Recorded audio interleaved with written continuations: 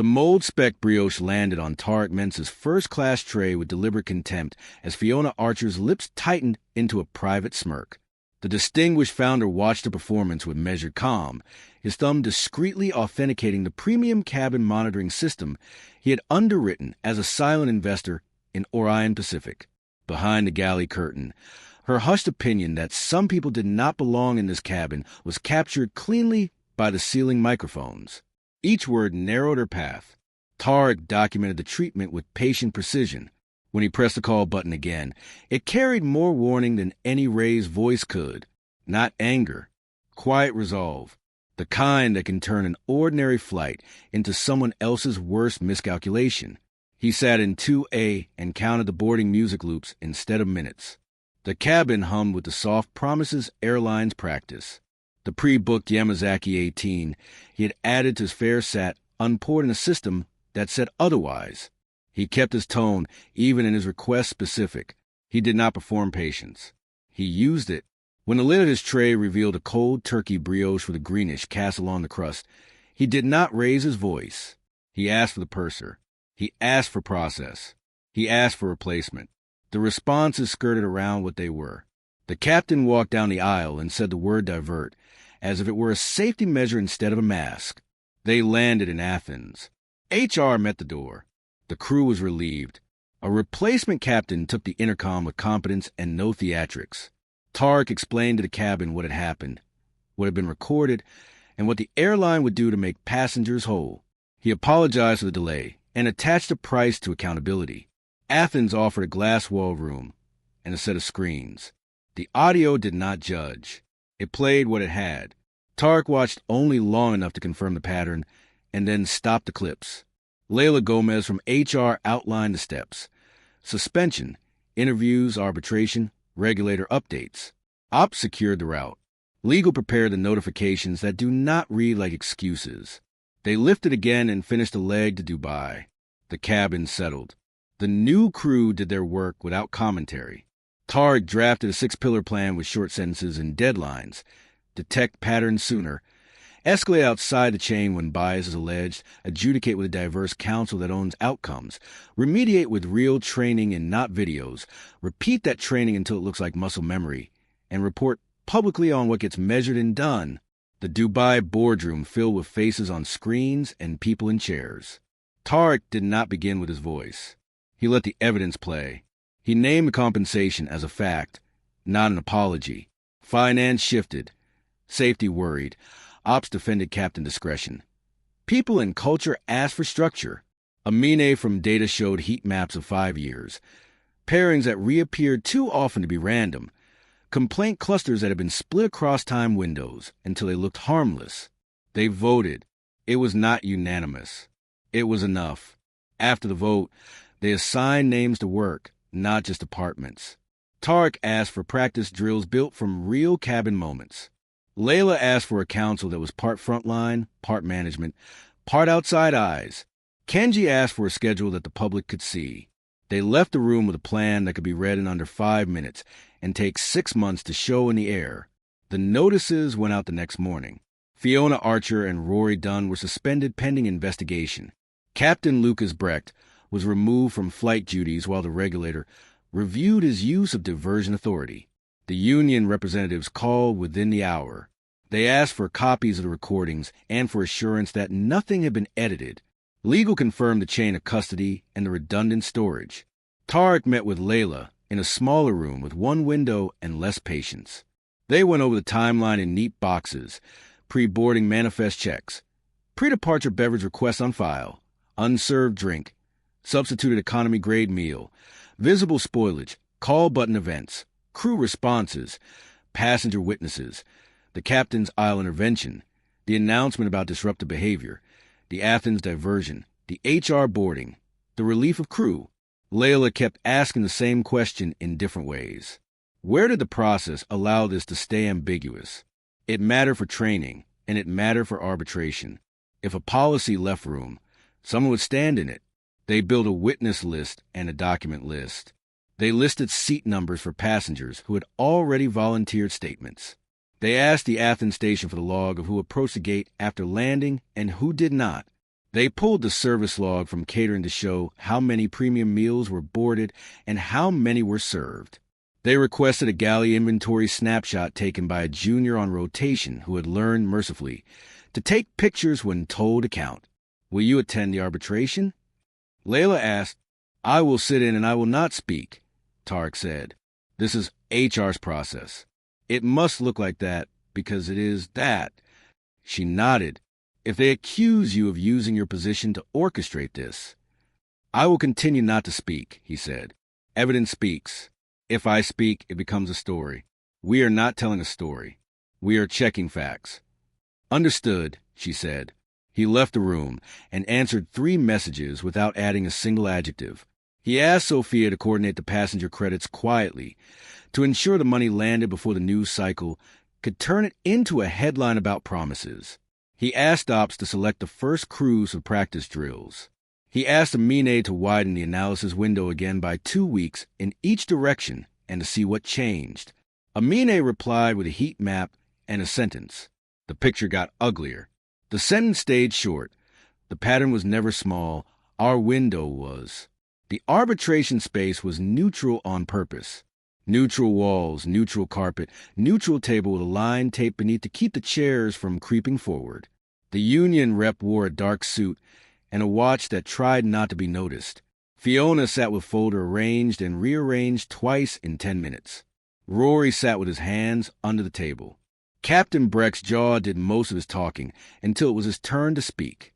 Layla opened by stipulating everything that could be stipulated. The recordings existed. The chain of custody held. The policy was in effect. The signatures acknowledging the policy existed, with dates. She put the service logs on the table and the galley inventory snapshot on a small screen facing the union rep. She read the complaint count from the last year aloud without adding a single comment. She listed the witnesses by seat and by summary. She did not read their names like ammunition. She read them like coordinates. Fiona began by saying she had followed procedure and that she had tried to de-escalate. When asked to define de-escalation, she said it meant moving the cart forward and avoiding a confrontation. When asked why that meant leaving a spoiled item on a tray, she said she had not seen the spoilage. When shown the photo taken by another passenger who had tried not to get involved and then decided that pretending not to see is a form of involvement, she said lighting can be tricky. When played the audio of her remark behind the curtain, she said the microphones must have been tuned to make things sound worse than they were. Rory said as little as possible and then said one sentence too many. He said they had too many people like that lately and service took a hit. The room went quiet in the way rooms go quiet when someone walks where a camera has already been. Captain Breck defended the diversion as a safety decision. When asked to list specific safety behaviors, he named none. When asked whether he had personally assessed a passenger or relied on crew reports, he said he had to trust his crew. When asked if he had listened to the monitoring before deciding, he said he had not known the system even existed. When presented with a bulletin he had initialed about the system 8 weeks earlier, he said he signed many documents in a day. At one point, the union rep asked whether the presence of silent investor on board created undue pressure. Layla asked whether the investor had raised his voice, refused instructions, threatened anyone, or used his name to seek special treatment. The rep conceded that the investor had not. Layla let the concession stand without adding to it.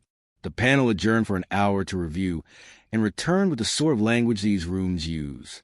Findings, violations, consequences. The wording did not pretend to be emotional. It did not need to be. It needed to be clear.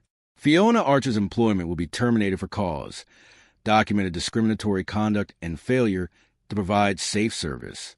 Rory Dunn would be terminated for cause, corroborated participation in discriminatory conduct and failure to follow food safety protocol. Captain Lucas Brecht would be referred to the regulator for review of diversion authority. In parallel, Orion Pacific would end his command pending the outcome. The union rep noted appeals. Layla noted the locations and the deadlines for those appeals. Everyone signed the page that said they had been in the room when this was said. Outside, the corridor had the hush of people who know news is being made and do not want to be caught standing too close to it. Tariq stood by a window down the hall and looked at a maintenance truck move forward and stop and move forward again. Even machines practice patience when humans are near them. Layla joined him. "It's done," she said. "Thank you," he said. He meant for more than the outcome. He meant for the tone. "We begin training next week," she said. "I want you to see the first drill." "I will sit in the back," he said. "Sit where you like," she said. "We're going to do it in a way that survives you not being in the back." They held the first session in a training cabin that lived in a warehouse near the airport. It had the same seats and the same aisle and the same faint smell of sealed air. The difference was that the windows looked out onto a wall painted sky blue. It fooled no one. It did not need to. Farah Idris ran the session with another head attendant from a different base. They built the drill from cabin moments. They did not show a video. They set up a scene and then walked it until muscle memory formed. They swapped roles, so a senior would have to see how juniors speak when they think seniors do not listen. They swapped again so juniors had to feel the weight of being responsible for tone. They practiced how to say, "I hear you," without adding a sentence that undid it. They practiced how to call for the purser without making it feel like punishment. They practiced how to check a manifest instead of pretending to know what it said. They also practiced food safety with the same seriousness. Someone had let the brioche sit where bacteria do their work. That was not a bias problem. That was a standard problem. They treated both with the same consequence and the same repetition. You do not cure culture with a single meeting. You repeat the right action until the wrong one feels foreign again. In the last hour, they faced the monitoring openly. The trainer walked them through where the mics were and what they did and did not record. She said the system did not care about embarrassment. It cared about standard. She said it existed to make it easier to tell the truth later. She said it would protect them as often as it judged them if they use it right. A young attendant asked if it was there because management did not trust them. Farah said it was there because passengers and crew both need something other than memory when things go wrong. She said trust is a feeling. Evidence is a tool. The two do not have to fight. Tariq sat in the back and said nothing. When it ended, he thanked the trainers for their tone. He left before anyone could turn his presence into a story that was not about practice. The authority did not move quickly, but it moved. Captain Breck sat for interviews that asked again what he had named as a safety issue and why it had required a diversion. The tapes did not help him. The logs did not help him. The policy acknowledgments did not help him. The union's lawyer could only say that discretion is broad and that pilots make many decisions in a day. The investigator nodded and asked whether broad discretion also requires broad accountability. The lawyer said yes and tried to move on. 3 months later, the letter arrived. The captain's license would be suspended for 6 months for misuse of diversion authority. It was not the end of a career. It was a sentence that would read correctly on a training slide and in a newspaper. Tariq read the letter twice and put it away. He did not feel satisfaction. He felt the quiet relief that comes when a system chooses not to lie to itself. He had no interest in a ruined man. He had interest in a corrected policy. Orion Pacific published its first service culture report 90 days after Athens. It did not read like a brochure. It listed complaint counts and categories. It broke out outcomes. It explained what the drills looked like and how often they were being repeated. It named the council members without giving them decorative titles. It set dates for the next report. The media wrote as media does. Some called it brave. Some called it defensive. Some said it would not last. Tariq did not answer. Kenji did. He said the airline was not trying to impress anyone. It was trying to fix something. He said progress would be measured by how often the next incidents ended at the purser level instead of a boardroom. Passengers noticed smaller things. They noticed how often a manifest line matched the seat experience. They noticed how a crew member said, "Let me check that for you," and actually checked. They noticed fewer little slights and fewer little excuses. They still had delays and lost bags and 1,000 cuts of travel. They also had fewer moments that told them they had wandered somewhere they did not belong. 6 months later, Tariq sat in 2A again on Flight 612, this time east to west. The seat felt like a familiar chair instead of a test. Farah greeted him by name without performing it. The towel was warm. The pre-departure he had booked appeared without him asking. The meal he had selected tasted like it should. She placed an envelope on his tray before pushback. Inside was a note signed by the crew. It said the drills had made their jobs clearer and their shifts calmer. It said the new reporting had stopped a few bad habits before they spread. It thanked him without calling him a hero. He folded the note and put it in his jacket. He looked out the runway and tried not to add meaning to the sight of a plane taking off. Things take off every day without a single metaphor attached. You do not need poetry when what you want is dignity. The flight passed like flights do when no one is trying to prove anything. He ate and slept and woke and read. He watched a movie that made him think about nothing at all. He looked at the cabin and saw a room where people were being ordinary together. That is harder to build than it sounds. When they landed, he stood and waited like everyone else. He did not rush the aisle. He thanked the crew. He left without looking back at the cameras above the door. He did not need them today. That was the point. The next morning, he met Layla and Amine and Farah in a small conference room with worse coffee than the room deserved. They reviewed the last quarter's numbers because numbers do not lie unless you make them. The complaint heat map was less angry. The time to resolution had dropped. The rate of escalations to the council had risen briefly and then settled as the drills did their work upstream. They talked about the next steps. Amine wanted to feed anonymized feedback from crew into the model, so patterns could be flagged from both sides of the aisle. Farah wanted more scenarios that covered cultural misunderstandings that were not malicious but still hurt. Layla wanted to make sure the appeals process stayed rigorous and fair, so that good people were not ruined by a bad day and bad people were not hidden by a good record. Tariq asked for the one thing he always asked for at the end of a meeting like this. Write the next report like you are a passenger who had a bad day and is reading to see if you're being taken seriously. He said, "If it reads like that, we're doing it right." They agreed. They stood. They left the cups where someone would find them and rolled their chairs back to their proper line on the floor. They had made a small part of the system better. It would not stay better by accident. They would have to keep showing up. That was fine. They were paid for that. They also believed in it, which helps when the hours get long. Tariq walked out into a day that looked like any other. He liked it that way. He had no interest in turning his life into a series of public statements. He had a company to run, and a set of flights to take, and a few useful meetings to keep. The rest could be measured quietly and written down for the next person who needed to know how to do the unglamorous parts of the job. On his way past the check-in hall, he watched a family argue cheerfully about a stroller. A ground agent came around the counter and solved it in 2 sentences. No one applauded. No one filmed it. No one told a story about it later. It was just work done right. That is the victory that stays won when headlines move on. He kept walking. He had miles to go. Not the kind people brag about in lounges. The kind you accumulate by showing up in the same place, doing the same task, until a culture becomes a habit and a habit becomes a standard. He did not need a camera for that. He needed time. He had it.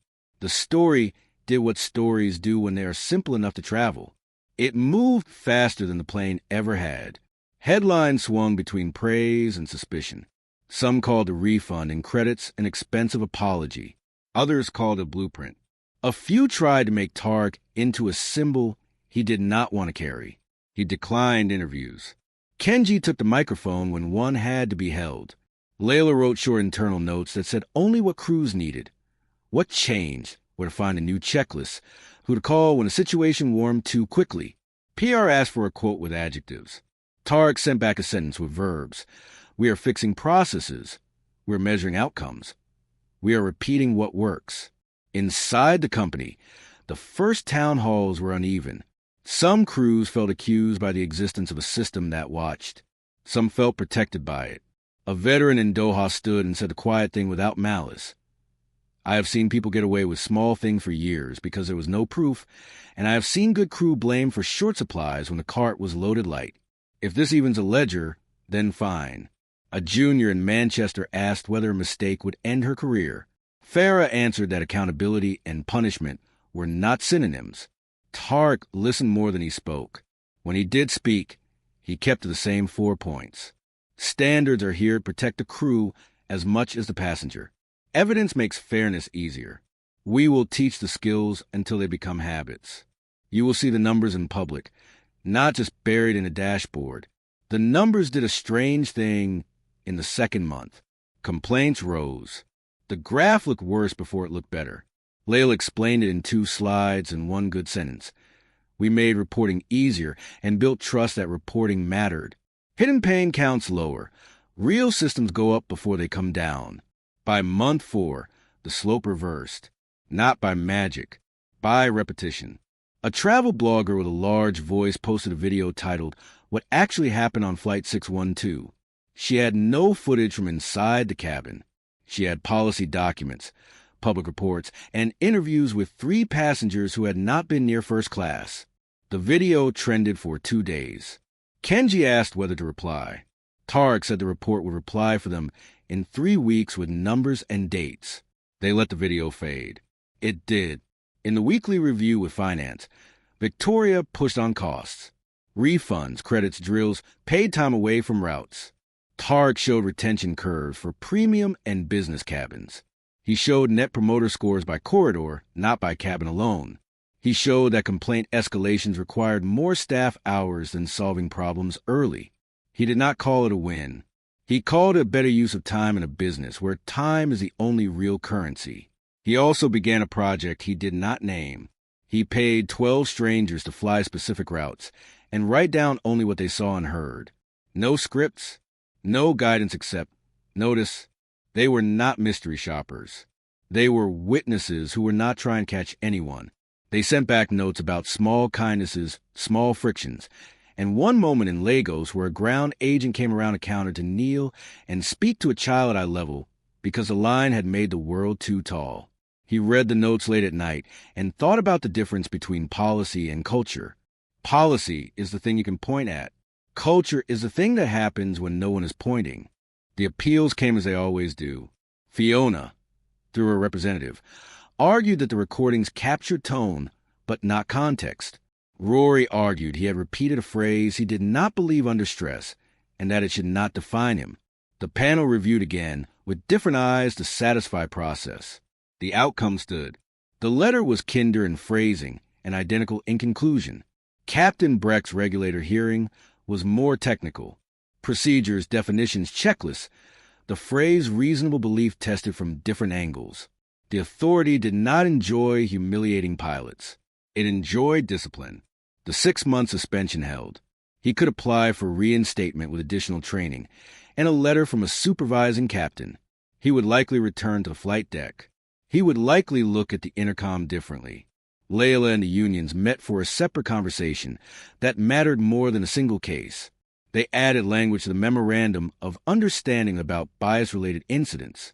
It said that monitoring would be accessed through a specific protocol, that crew could review their own interactions as part of learning, that officers could request a context review when only a snippet had been cited, that the council's composition would rotate to avoid concentration, that training would be paid and scheduled as part of duty, not tacked to the edges of exhaustion. They also built a checklist for captains to use before an in-flight diversion for non-mechanical reasons. It did not remove judgment. It attached questions to it. Have you spoken directly to the passenger? Have you consulted the purser? Is there a safety violation you can name? Have you considered seat changes, mediation, delay of service? Has the behavior escalated after clear instructions? The checklist fit on a single card. It did not make headlines. It saved time. In the next month, 2 cases reached the council that would have escalated to public spectacle the old way. In both, a crew member felt unsafe with a passenger whose language was sharp and whose body language hovered near threat without crossing it. The purser intervened early. The captain did not make an announcement. The monitoring gave everyone a shared record instead of dueling memories. Both flights continued. Both passengers received letters after landing that were measured and specific. Both crew members received support and a debrief. No videos trended. The work was invisible. That is one form of success. Other airlines watched. Some reached out formally. Some sent people to sit in the back of drills without making introductions. A regulator in another region asked for a briefing and ended the call by saying, "We will not mandate cameras, but we will mandate outcomes." Tariq liked the sentence. It understood the difference between tools and results. He spoke once, in a closed room where phones were left at the door and the windows looked over a field of runways. He described only systems. How complaints are classified, how threshold hide patterns, how rotations can be tuned for safety and for culture, how training can drift when it becomes a ritual instead of practice. He did not mention names or routes. He did not retell Athens. He drew arrows on a whiteboard until the arrows made a circle. Afterward, an executive from a rival carrier approached and said something that sounded like a confession. "We thought the cameras would make crew feel watched. The truth is, they make them feel backed up." The executive asked if he could repeat that sentiment in his own boardroom. Tariq said he should, and that he did not need to give credit for the phrase. Ideas travel better without badges. Travelers noticed another kind of spillover.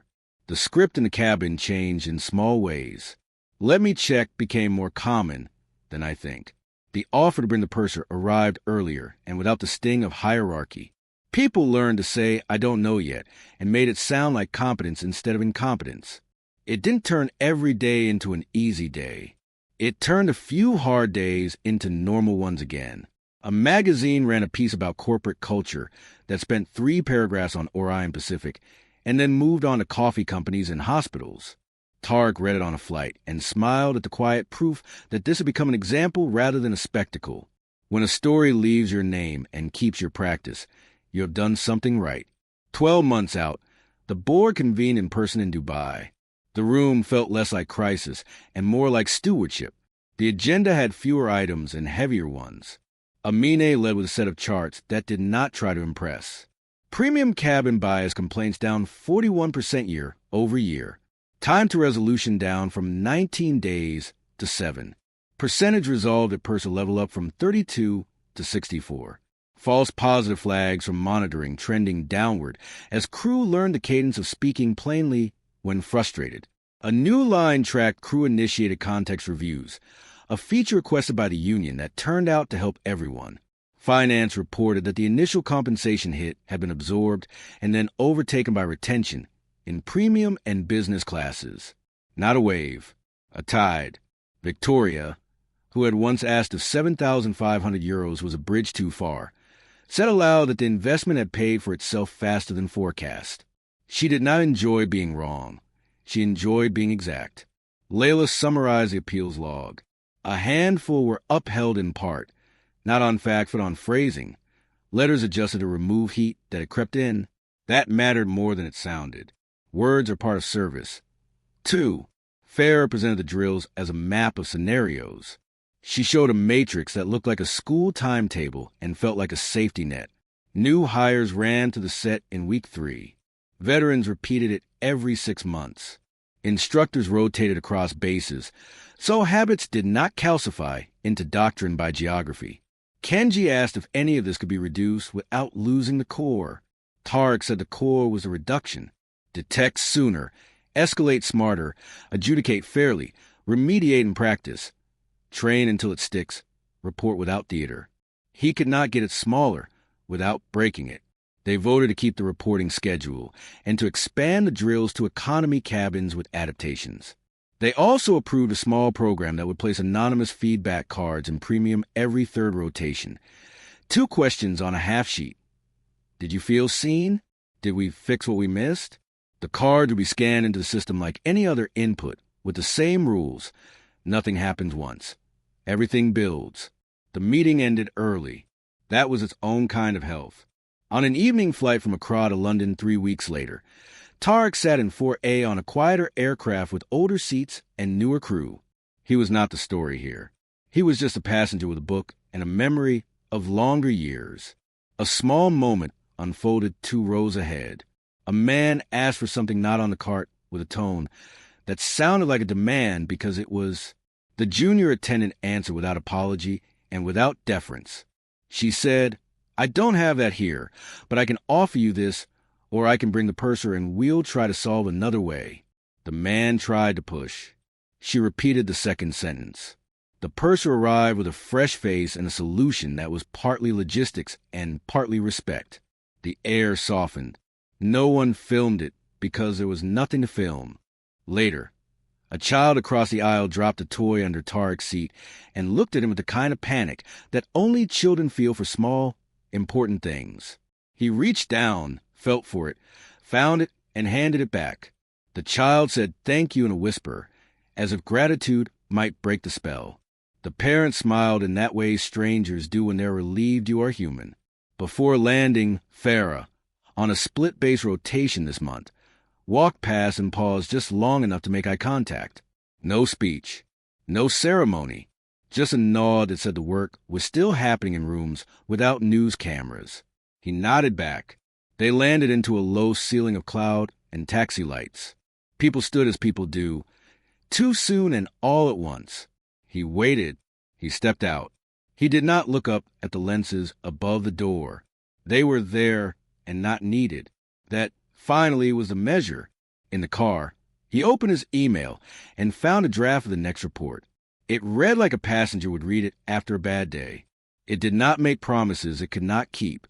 It said what would be done before the next flight left the ground. He sent back one change, for words removed from a sentence that did not need them. He closed the phone and watched the city slide by in puddle mirrors. He thought about how systems drift toward comfort and how people drift toward forgetting. He promised himself the next audit would be as rude as the first. Rudeness saves time when the truth is what you owe. At home, he put the note from months ago, the one signed by the crew, back in his jacket pocket. He did not read it. He did not need to. He knew the words by weight now. He hung the jacket and left the light on in the hall for a moment longer than necessary, then turned it off and let the day end where it should. Not with a speech, but with a standard that could stand without him. I hope you enjoyed that story. Please share it with your friends and subscribe so that you do not miss out on the next one. In the meantime, I have handpicked 2 stories for you that I think you will enjoy. Have a great day.